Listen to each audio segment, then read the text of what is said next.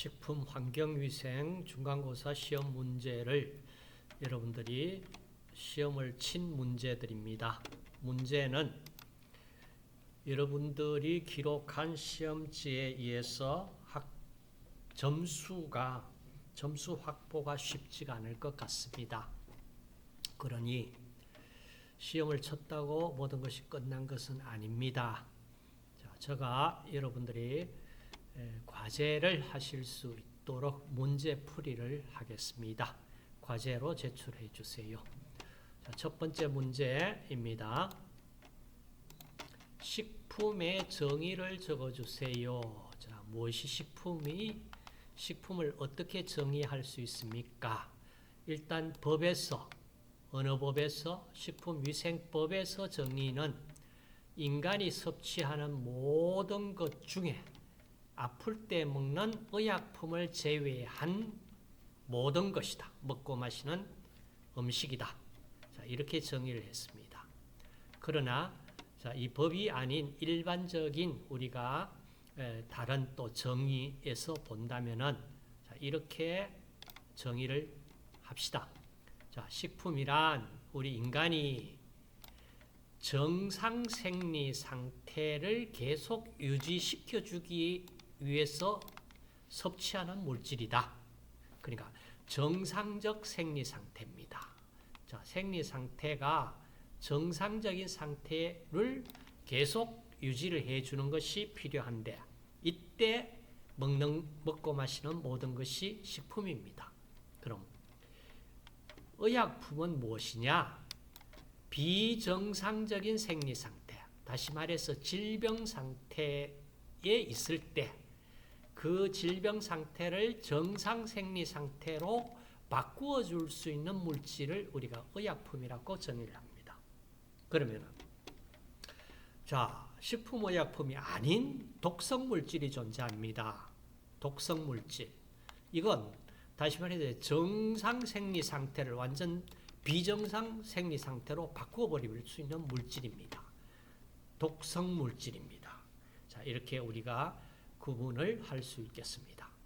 자, 다음 세계보건기구 WHO가 3대 보건 지표로 삼고 있는 자, 조사망률, 평균 수명, 비례 사망 지수, 자, 이 세 개 지수를 살펴봅시다. 자, 조사망률은 크루드 데스 레이트에서 CDR이라고 표현을 합니다. 다시 말해서 1년간 사망자 수를 그러니까 인구로 나누는데 인구 숫자가 자꾸 날짜에 따라 변화가 됩니다. 일정한 값이 유지될 수가 없지요. 그래서 1년에 중앙인 날짜 7월 1일 일반적으로 연앙인구라고 합니다. 7월 1일자 인구수로 나누고 1000을 곱해준 값을 우리가 조사망률이라고 합니다. 자, 이걸 조사망률이 뜻하는 어떤 내용을 뜻하느냐? 한 나라의 인구 집단의 사망 수준을 나타낼 수 있는 기본 지표로 사용이 됩니다. 두 번째, 평균 수명입니다. 그러니까 0세 아이의 기대 여명, 0세가 출생했습니다. 향후 살아갈 수 있는, 생존할 수 있는 것으로 기대되는 평균 생존 연수입니다. 0세의 기대 여명이라고도 얘기를 합니다. 자, 평균 수명입니다. 그 다음 세 번째, 비례 사망자 수가 있습니다. BMI로 표현을 합니다. 자, 1년간 50세 이상 사망자 수를 총 연간 사망자 수로 나누고 자, 100을 곱한 값을 우리가 비례 사망자 수라고 표현을 합니다. 자, 이 얘기는 연간 총 사망자 중에서 50세 이상이 사망했다. 이 얘기는 다시 말해서 50세 이상 사망자 수를 총 사망자 수에 대해서 몇 퍼센트 차지하느냐. 자, 이걸 표시한 지수입니다. 자, 이 값이 높다는 얘기는 건강 수준이 좋다는 얘기입니다. 만약에 50세 이상 되지 않은 국민이 많이 사망을 했다는 것은 바람직하지 않는 수치겠지요. 자, 그다음 건강 수준을 나타낼 수 있는 지표가 있습니다. 건강 수준을 나타낼 수 있는 지표. 자, 영아 사망률 IMR 이렇게 표현을 합니다. 신생아 사망률 그리고 알파 인덱스. 자, 연간 영아 사망자 수를 연간 출생자 수로 나누고 1000을 곱하면은 영아 사망률입니다. 영아라는 얘기는 0세 아이를 의미합니다. 다시 말해서 여기는 신생아도 포함이 되어 있습니다. 우리가 신생아라는 용어는 생후 4주, 그러니까 28일 미만의 아이를 신생아라고 이름을 부릅니다. 그다음 신생아 사망률은 당연히 연간 신생아 사망자 수를 연간 출생아 수로 나누고 1000을 곱하면 됩니다. 그 다음 알파 인덱스는요. 자, 어느 해 영아 사망자 수를 신생아 사망자 수로 나누었습니다. 그럼 이 값은 최저 1이고요. 1보다 큰 값입니다. 그래서 유아 사망의 원인이 선천적 원인이라면 바로 이 값이 1에 가깝습니다. 자, 1에 가깝다는 얘기는 보건 수준이 높다는 걸 의미합니다. 자, 문제 2번이었습니다. 알파 지수 설명으로 옳은 것을 모두 고르세요. 2번을 제외하고 나머지 전체가 다 답입니다. 2번은 틀렸고 나머지는 다 맞습니다. 다 맞아요. 다음 자, WHO 보건 수준을 나타내는 건강 지표로 자, 평균 수명을 구하세요. 조 사망률을 구하세요. 자, 식에서 확인하시면 되겠습니다. 다음 4번 문제. 자, 우리는 깨끗한 공기로부터 생명 유지를 위해 호흡으로 산소를 필요로 합니다. 자, 왜 필요하냐? 산소가 왜 필요합니까? 자, 우리는 생명 유지를 위해서 공기, 물, 음식물 꼭 필요합니다. 이 중에서도 공기는 5분 정도 호흡하지 못하면 생명을 잃을 수 있는 매우 소중한 것입니다. 자, 호흡에 필요한 산소 공급으로 최종적으로 세포 소기관 속에 미토콘드리아 안으로 산소가 들어갑니다. 그래서 에너지 생성에 활용됩니다. 성인 1일 필요량이 산소로서 600에서 700리터, 공기로서는 약 13kg가 필요합니다. 자, 이것이 미토콘드리아 안에서 일어나는 화학 반응들입니다. 보시면은 우리가 호흡으로 폐를 통해서 호흡으로 공급받은 산소가 바로 이 세포 질 속을 거쳐 세포막을 통해서 세포질을 거쳐 미토콘드리아 안쪽 내막을 거쳐서 외막과 내막 사이에 존재하는 자, 여기에 지금 과정에서 산소가 수소 이온과 결합하면서 물이 만들어지고 이 ATP가 생성되는 자, 여기에 필요합니다. 다시 말해서 5분 동안 호흡을 하지 못합니다. 어떻게 됩니까?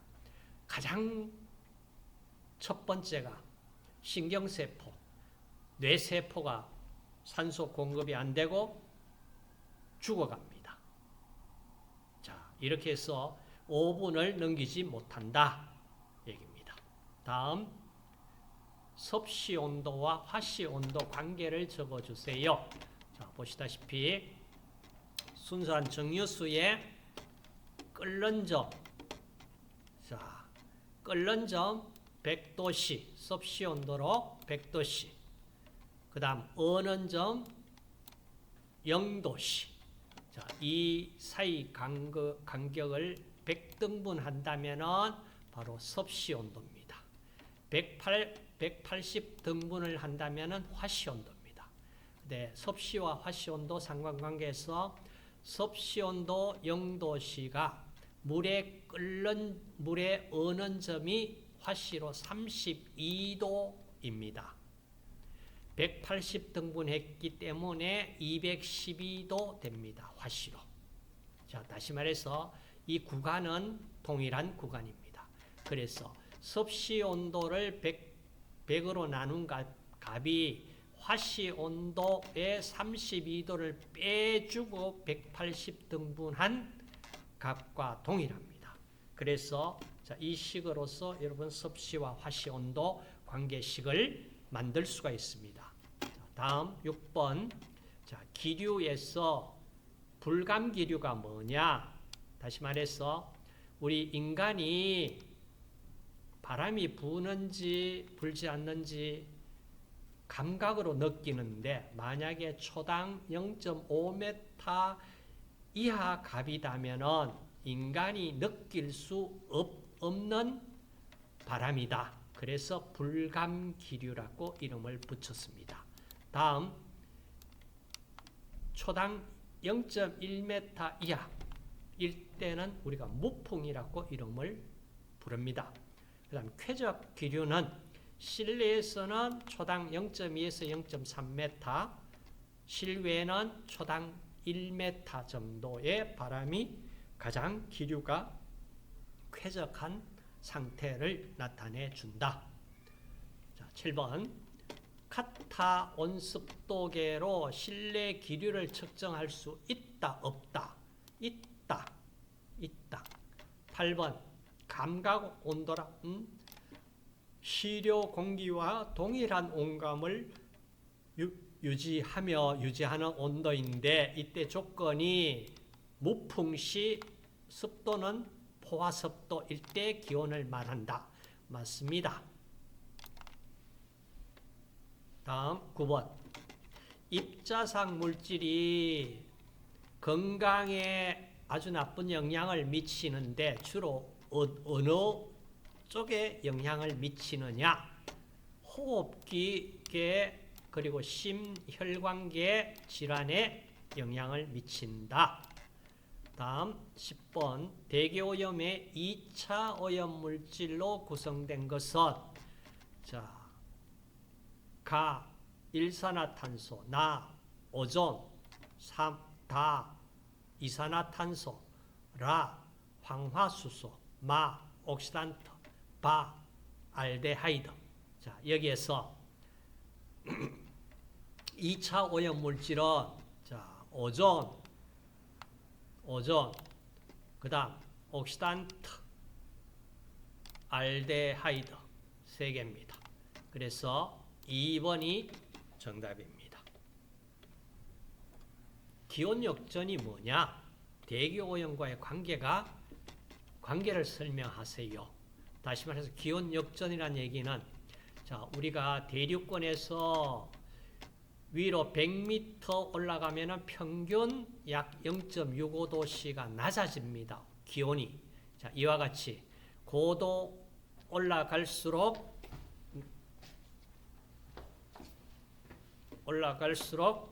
낮아진다.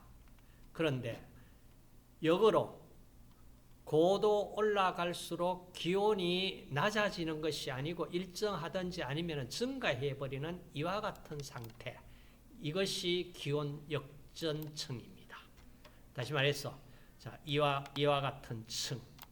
기온 역전층이 발생된다. 자, 기온 역전을 일으키는 역전 종류는 이와 같이 복사 역전과 침강 역전 이렇게 나눌 수가 있다. 기온 역전이 되면은 대기 오염이 발생해 가지고 대류 현상과 수직 운동, 확산 운동이 되지 않습니다.